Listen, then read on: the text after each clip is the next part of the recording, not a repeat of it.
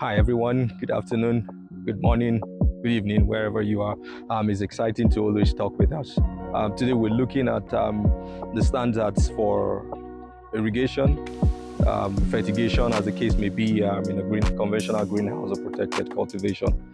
In our previous video, we were talking about some of the challenges that farmers are faced with, or investors, which is the challenge of access to water, access to enough water to irrigate the farm during dry season, as we have in Nigeria, access to the right technology, the right infrastructure, affordable technology, and infrastructure to manage irrigation. The Ecofarms, we have a number of experience around this region, and it's important that we share with other farmers so that they can learn. So as you follow on the video, we encourage you to stay tuned so that you can learn and share with us your experience in your farm. So at the Ecofarms, what we have learned in experience is that a conventional or a standard greenhouse farm should have an alternative source of water.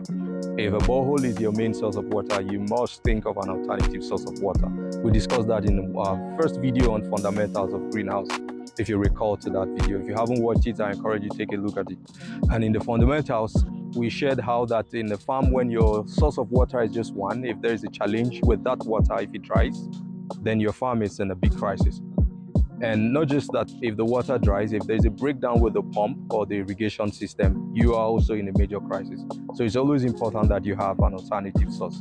What we have found in practice is that if you have a farm, aim to have 2 boreholes. If you can afford 2 boreholes and your farm is around the river or a natural body of water, aim to have an alternative setup, such that if there is a challenge with one, you can fall back to the other. And then what we recommend as against the use of electric pumps, as against the use of generator pumps, we strongly recommend solar motorized pumps. And the reason being that they are, of course, expensive to start with, but in the long-term they are more affordable. We have a lot of sun in Nigeria, so you can take advantage of nature. But one of the things when you are considering a solar motorized pump, you need to be guided on the availability of water, how much of the water is available for a time. I'll give you an example. If you have a borehole or you have a river and the river is a running water, if you are going to put a pump that will suck up the water out in 30 minutes to 1 hour, that means in 30 minutes to 1 hour, you're out of water. So you need to do what is called an equilibrium test, which is to help you identify a pump that is able to pump gradually but consistent to give you sufficient water in your farm. My name is TK Alabi. I'm an engineer in the field of electromechanical devices.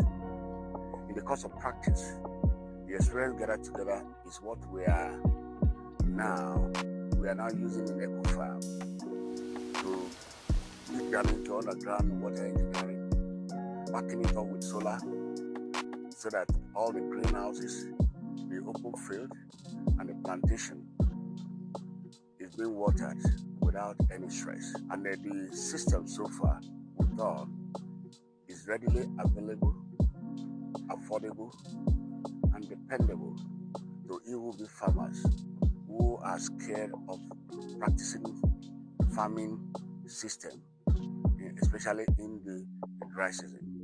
What we have already displayed here in Ecofarm is something that people can comfort to acquire skill, knowledge, and exposure in doing modern farming system with the technique that ecosystem has already employed. We call on farmers and individual and a corporate body who is planning to embark on farming system with no stress.